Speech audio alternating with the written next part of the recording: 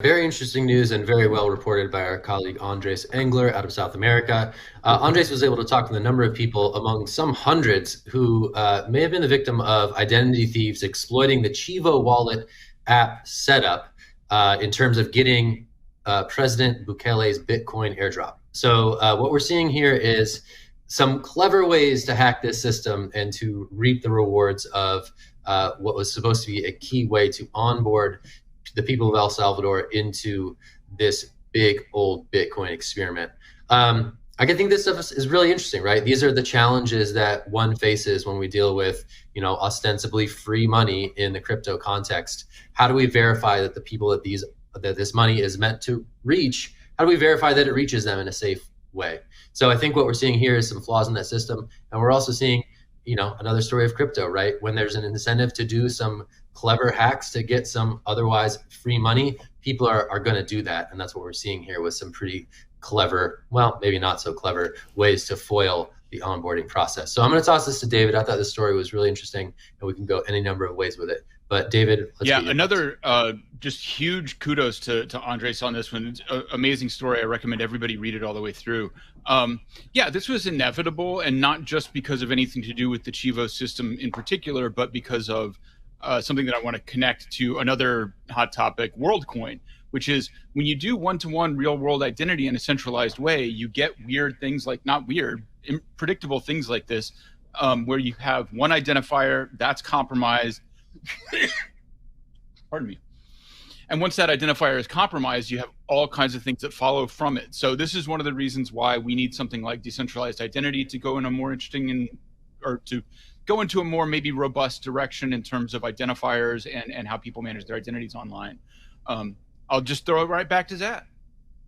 Yeah, I just want to chime in on WorldCoin. So WorldCoin is the startup that was kind of roasted online as it emerged over the summer, what it was trying to do. We talked about it recently. They came out of stealth, big time VC backing, but they're one of these universal basic income projects that relies on scanning one's retinas with the orb to guarantee that you are indeed the person you claim to be when you're claiming your crypto airdrop. So I was quick to pop off a little joke, maybe Sam Altman should have sent Bukele an orb in this instance, and maybe some of these problems wouldn't have emerged.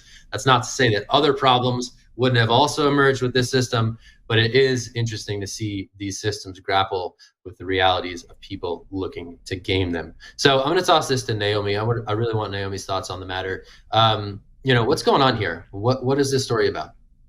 I mean, I think that a lot of times when governments roll out new technology, and you look at anytime the government creates a new website and they spend like $7 billion on a website that could have taken someone, 30 minutes to code up. Like I've had my friend Chris Pacia, there was some website recently that the government spent like exorbitant sums of money putting together. And so he made a video that got millions of views where he literally just coded it up like over a weekend. It was like, why did this cost hundreds of millions of dollars, and ended up not working? And that's the problem, is you have these agencies that just pour money into things that they don't understand, and they create these contracts with people. And, there's so many bugs that could happen in software. And I think that, especially in the case of El Salvador, they just rolled this out so quickly.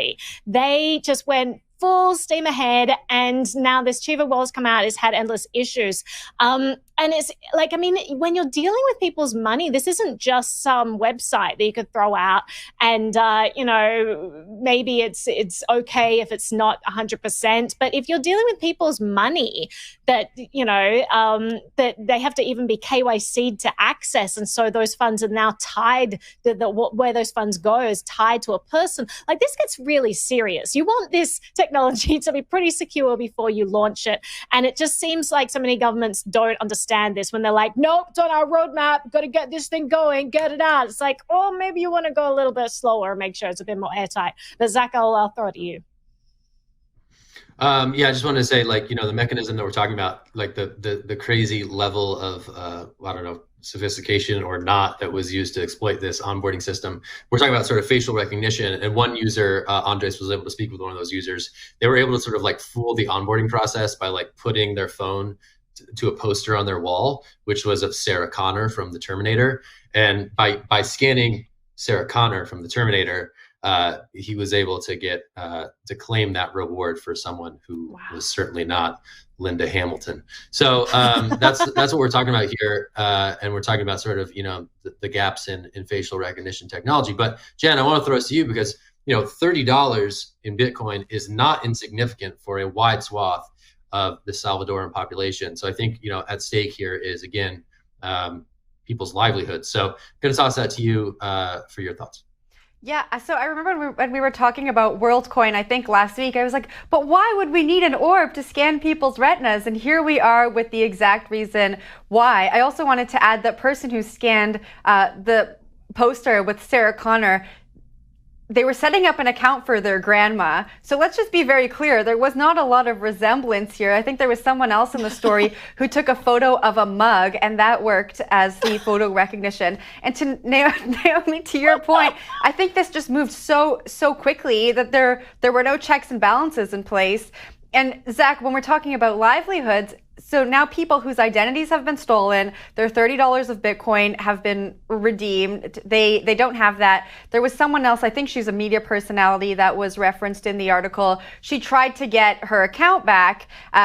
There was not a lot of support over the phone. She had to physically go into a branch. And while she did get the account back, the money was gone forever. And so I think the whole goal of the project is lost here because of a faulty verification system that could have been fixed if we didn't move so quickly to implement this that was meant to be this product that was meant to be for the people. So again, just another sad day for this project. But hopefully we can learn to move forward and get those globes or orbs out, scanning people's retinas. And I don't know what kind of issues we'll see with that, but at least it won't be this one.